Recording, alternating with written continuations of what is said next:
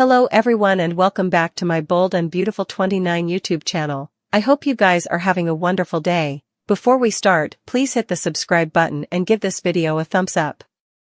Brook Logan took the CEO position at Forrester Creations. Brook was unsuitable to explain her plan to Ridge Forrester, so he bounced back to Taylor Hayes. Brook is still determined to do the right thing, however. Zend Forrester Doming knows the verity, and could tell Steffy Forrester Finnegan. It would be just like Steffy to keep this fact from Ridge, however. Brook made a parlous decision about Forrester Creations. Right after Carter Walton and Hope Logan took over, most of the Forrester family refused to work under their leadership.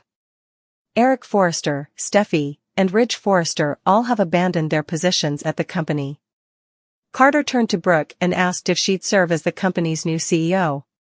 Brook accepted the position but allowed. She could make effects right. Brook doesn't feel to have a plan in mind. That's why Brook couldn't get Ridge to realize she was switching sides. Brook doesn't have a clear plan. Brook's bright idea is to use her position to move Carter to reverse the LLC. I really don't see that passing, as Carter would have to admit defeat. Whether Brook is CEO is inapplicable to whether she can move him to reverse the LLC. Brook told Zend about her intentions. Now, Zend walked out on Carter and Hope after the preemption. Still, the Forresters prompted Zend to stay on board and act as their asset. After Brook tells Zend about her intentions, he could partake this news with Steffy. Steffy seems more hung up with reuniting Ridge and Taylor than with saving the company. Steffy has spent a lot of time planting seeds in Ridge's mind about Brook. So, if Zend tells Steffy about Brook's redemptive plan, will she indeed tell Ridge? Presumably not, as that could divide Ridge and that would ruin Steffy's perfect little world. Plus, Steffy would have to admit she was wrong about Brook, and I'm just not sure if her pride can handle that. What do you suppose is going to be as the preemption continues? Will Zend tell Steffy about Brook's intentions? Will Steffy keep that fact from Ridge? If so, could it be Steffy's fault when Taylor gets a broken heart each over again? Steffy Forrester may go each in when it comes to pushing for Ridge Forrester and Taylor Hayes' new chapter. Although Steffy has some reservations when it comes to Ridge and how he's broken Taylor's heart in the history, she's hoping he'll avoid repeating history.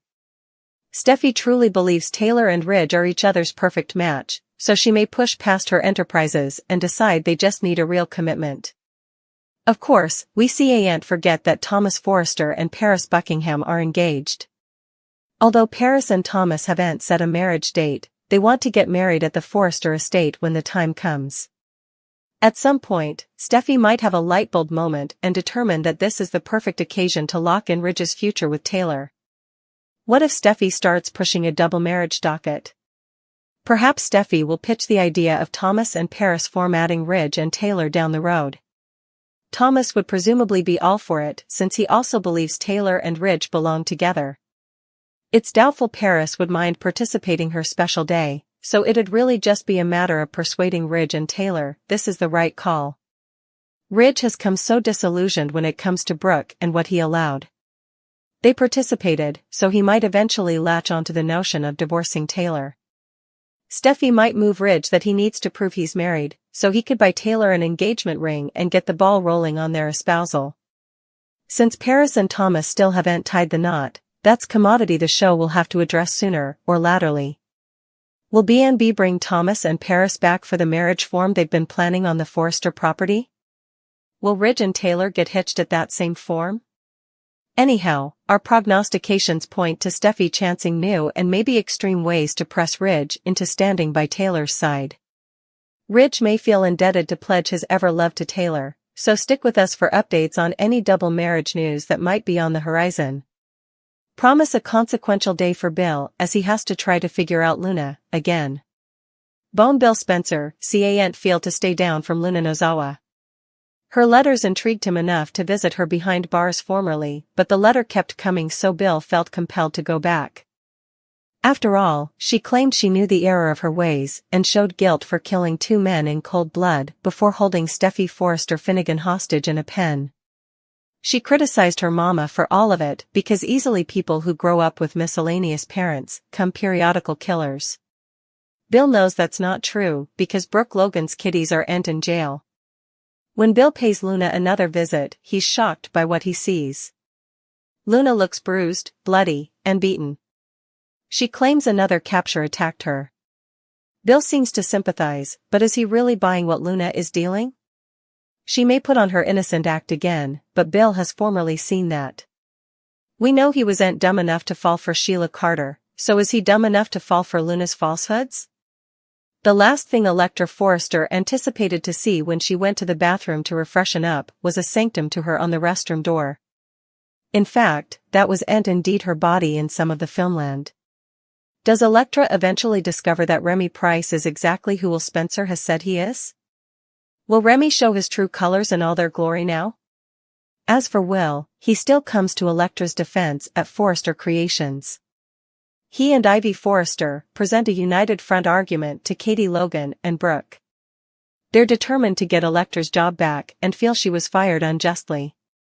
Little do they know the peril Electra is facing at the moment from a boy she believed she could trust.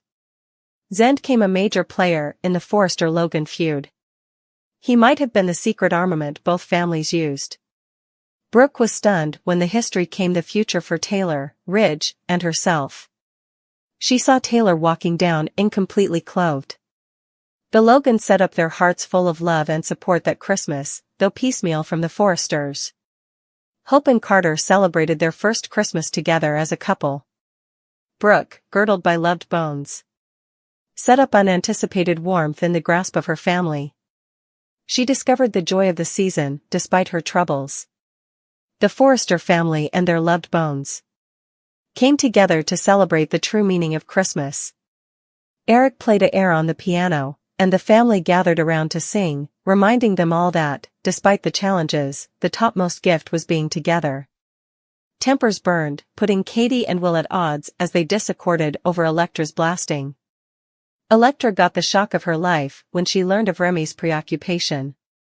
Songster Fanny Grayson returned to Forrester Creations, this time with an incense line to pitch. Ivy and Will brazened Hope and Carter, demanding answers about Electra. Bill made an astounding discovery when he visited a bruised Luna in captivity. Electra finds herself at the mercy of Remy and his fantasies. Luna begs Bill for help, but he's not willing to act until she reveals the dark verity behind Tom and Hollis's deaths. Carter Walton and Hope Logan must have a downfall brewing sooner or laterally. Since Carter stole Forrester Creations with Hope backing him up, it's just a matter of time until their new conglomerate crumbles. In fact, B&B might have just planted the seeds for the chaos that could be Hope and Carter's death. We should talk about Fanny Grayson's incense line pitch since it could be more significant than it sounded. The show devoted a big knob of airtime to Fanny presenting her incense samples, including one with a unique undertone that can affect how a scent develops on a person's body. Fanny's scents were a mega hit, but Hope and Carter stressed the significance of this decision and getting it right after she left. Hope reflected on how high the stakes were, so perhaps all this incense stuff is going nearly. What if the show's gearing up for a love potion plot? Could someone mess with Fanny's scent in the lab and maybe turn that unique undertone into commodity problematic? It's easy to imagine this particular incense getting commodity that makes people act wild and hung up. It could indeed lead to some cheating drama and new pairings if the show wants to play this up right. Perhaps this could be what launches a reproach at Forrester Creations, one that could end Carter and Hope's current reign. Since we spent so important time fastening on this possible scent collaboration and the high stakes, they may have been offering some huge suggestions. Do you suppose a love potion plot might be in the workshop? Will this scent collaboration with Fanny move forward and seal the deal on Carter and Hope's downfall? One way or another, our prognostications point to Hope and Carter facing some challenges that could lead to the Forresters getting control of the company back. Carter and Hope will deal with some curveballs, so we'll pass along updates on any shocking news to come.